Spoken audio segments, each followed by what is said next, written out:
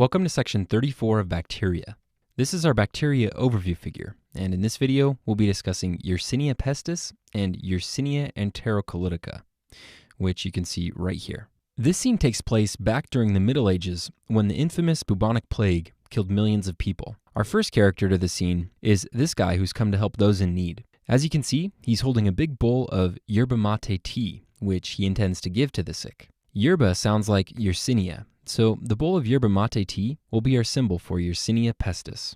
Now notice that we've shown a do not enter sign on the door. This is pretty thoughtful considering that the people inside are deathly ill and don't want to spread the disease. The do not enter sign sounds like Enterocolitica and is here to help you remember Yersinia enterocolitica. I know, we've used an enter sign to represent Enterococcus. However, just think of the sick people in this scene with the do not enter sign for Yersinia enterocolitica.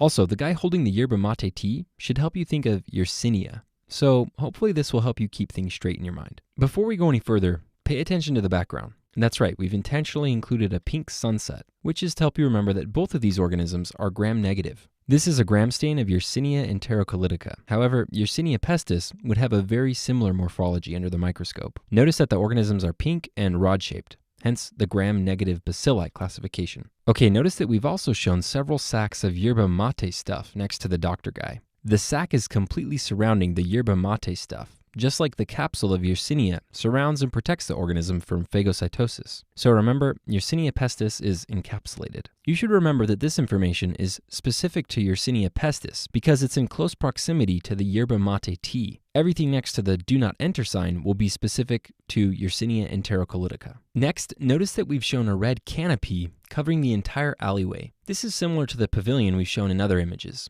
It's outdoors, but provides some covering. So it's like the person is inside of a home, yet outside at the same time. Just like this organism can exist inside or outside of the host cell. So the canopy covering is here to help you remember that Yersinia pestis and Yersinia enterocolitica are facultative intracellular. The Middle Ages is generally thought of as a relatively insanitary period of time. So we've shown a contaminated rat, prairie dog, and some fleas accompanying this doctor guy. This is to help you remember that Yersinia pestis is transmitted through rats, prairie dogs, and fleas. Alright, notice that we've added a plague doctor mask on this guy because this is what the doctors wore back during the time of the bubonic plague. The beak-like mask is reported to have been filled with scented items in an attempt to protect the plague doctors from the foul scent of those infected. The plague doctor mask is in this image to help you remember that Yersinia pestis causes the bubonic plague. It's called the bubonic plague because it causes buboes, which are erythematous swollen and painful lymph nodes. These are commonly present in the armpits, so we've shown this guy on the ground with bleeding red armpits to help you remember that Yersinia pestis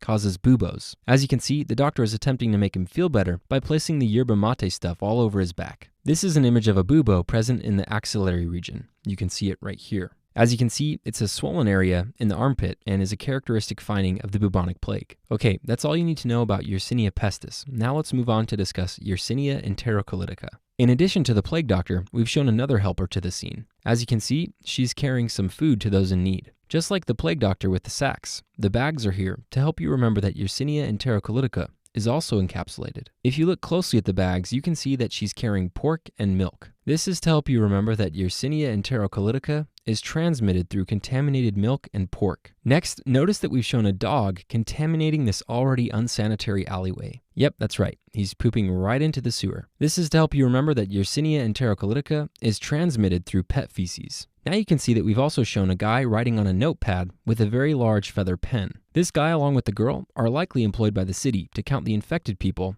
and provide supplies to those in need. So the guy is carefully taking notes of each infected person. Anyway, pen sounds like appendicitis, so we've shown him holding a huge feather pen to help you remember that Yersinia enterocolitica causes pseudoappendicitis. We've also shown him writing on the notepad to help you remember that this bug causes Reiter syndrome. So writing for Reiter syndrome. As you can see, the city is in need of a lot of help.